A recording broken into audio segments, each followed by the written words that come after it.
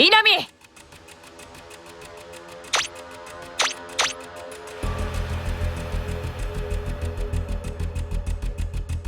お前こそ私を迎えに来ないでどうしてこんな人気のない場所にいるんだ。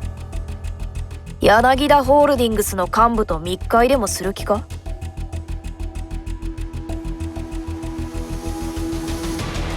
本当に父さんの会社を、私を裏切ったの？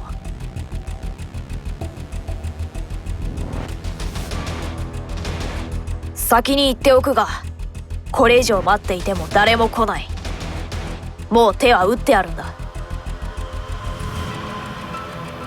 お前、あの会社は最近新しい事業に失敗したと私に教えただろう。だからデータを渡せば食いつくと思ったんだろうけど、甘かったな。もしデータを受け取れば裁判を起こして損害賠償を請求するが、受け取らなければ別のプロジェクトで業務提携すると持ちかけたんだ。そうしたら2つ返事で承知したそうだ。稲見、どうして裏切ったんだよ。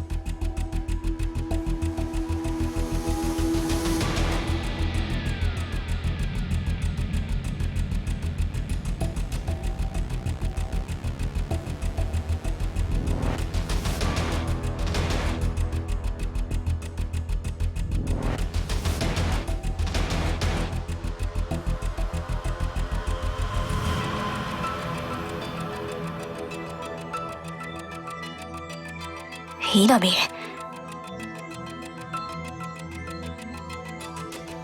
お前の気持ちは分かった。だがお前のやったことは犯罪だ。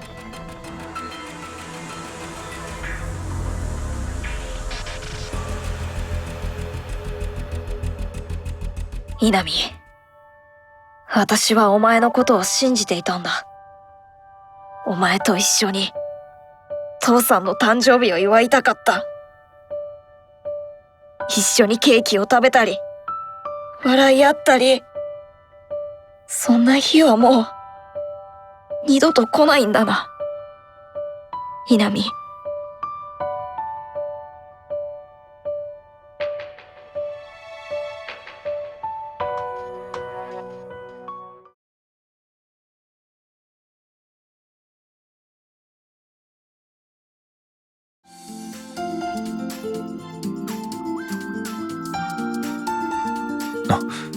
何でもありません。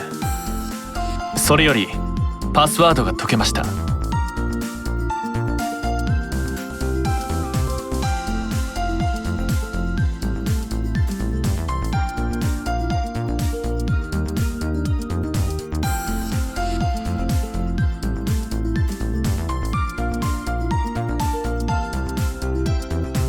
昔から飼いたかった犬も飼えて、今の生活には満足している。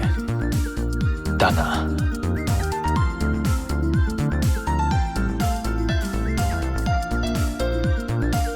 パスワードは手書きのメモに残しておいたので、今度は慎重に管理してください。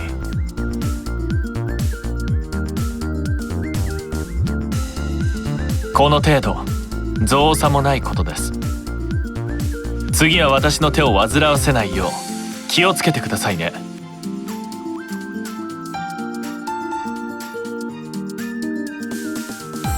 まだまだだ。私が来たからには必ずこのヒーローズパークを父の会社をも超える大企業にしてみせる。